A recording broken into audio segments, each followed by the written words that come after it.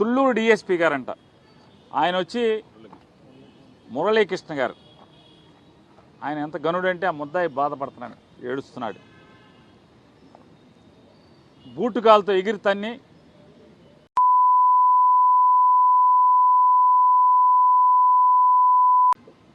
ఇదే భాష.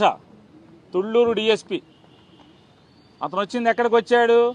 ఇక్కడ గుంటూరు పోలీస్ స్టేషన్కి వచ్చాడు. కావాలంటే సీసీ ఫుటేజీలు కావాలంటే ఛాలెంజ్ చేస్తున్నాం. లాలాపేట పోలీస్ స్టేషన్కి వచ్చాడు. లాలాపేట పోలీస్ స్టేషన్లో ముద్దాయిలను కూర్చోబెడితే అక్కడి నుంచి తుళ్ళూరు డిఎస్పీ ఆ స్టేషన్కి వచ్చి తన్ని జగన్మోహన్ రెడ్డి గారిని పచ్చి దుర్భాషలాడుతూ, వీళ్ళని తిడుతూ, కులం పేరుతో తిడుతూ, కులం పేరుతో, రెడ్డి కులం పేరుతో తిడుతూ, జగన్ని తిడుతూ, పచ్చి బూతులు తిడుతూ, ఏరా చంద్రబాబుని మీరు, నేను అంతవరకు ఆగుతున్నా, ఇంకా ముందు మాటలు ఉన్నాయి. అంటే పోలీసులు ఏ రకంగా దిగజారి ప్రవర్తిస్తున్నారో మనం ఒకసారి గమనించమని ప్రజలందరినీ కూడా కోరుకుంటున్నాను, ఈ ప్రపంచాన్ని కోరుకుంటున్నాను. నిన్న చూసాం, ఆయన గోత్రికుడు అనుకుంటా, ఒక పోలీస్ ఆఫీసర్ గారు ఆయన చెప్తున్నాడు. ఏం చెప్తున్నాడు? ఈనాడు రాంబాబు అని కూడా చెప్పారు, అరబ్ దేశాల్లో అయితే అవి చేసేవాళ్ళు ఇవి చేసేవాళ్ళు అని.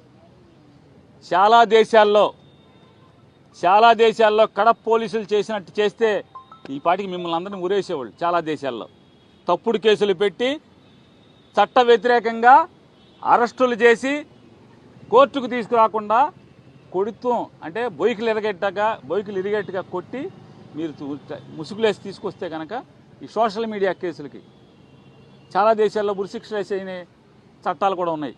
మరి ఇట్లాంటి వాళ్ళు ఉరి కూడా వేసేవాళ్ళు కదా, అది కూడా నేర్చుకోవాలి కదా. అరబ్ దేశమే కాదు, ఈ దేశాలు కూడా వెళ్ళి రావాలి. డిఐజీ గారు ఆయన చెప్తాడు పురాణాలు. వీళ్ళందరూ అండి, ఈ సోషల్ మీడియా వాళ్ళు, వీళ్ళు వైసీపీకి పనిచేసేవాళ్ళు, యజ్ఞం జరుగుతుంటే, అంటే మహామునులు యజ్ఞం చేస్తుంటే కుండలతో రక్తాన్ని, శివుని నెత్తుర్ని పోసేటువంటి రకాలండి వీళ్ళు అంటున్నాడు. ఆయన ఎంత ఫీల్ అయిపోతున్నాడు. గోత్రికుడు కదా, ఎవరు యజ్ఞం చేస్తున్నారు, ఏం యజ్ఞం చేస్తున్నారు, ఎవడ విషం పోస్తున్నారు? చంద్రబాబు నాయుడు పచ్చి దగాగా మోసం చేస్తుంటే నిన్న బడ్జెట్ పెడితే బడ్జెట్లో రాగి కానీ దేనికి ఇవ్వలేదు. అది చెప్పిన హామీలకి సూపర్ 6 అని ఒకటి చెప్పి ఓట్లు అడిగాడు. షణ్ముఖ వ్యూహాన్ని ఇంకోటి ఓట్లు అడిగాడు. అంటమే కానీ, షణ్ముఖ వ్యూహం అంటమే కానీ, ఈ 6 హామీలకి మరి ఇక్కడ అసెంబ్లీలో కూడా అనాలిగా. డబ్బులు పెట్టలేదండి చంద్రబాబు నాయుడు మన షణ్ముఖ వ్యూహానికి అని చెప్పని. మరి వాళ్ళు దగా మోసం చేస్తుంటే అది యజ్ఞంగా కనపడుతుంది మన డిఐజీ గారికి.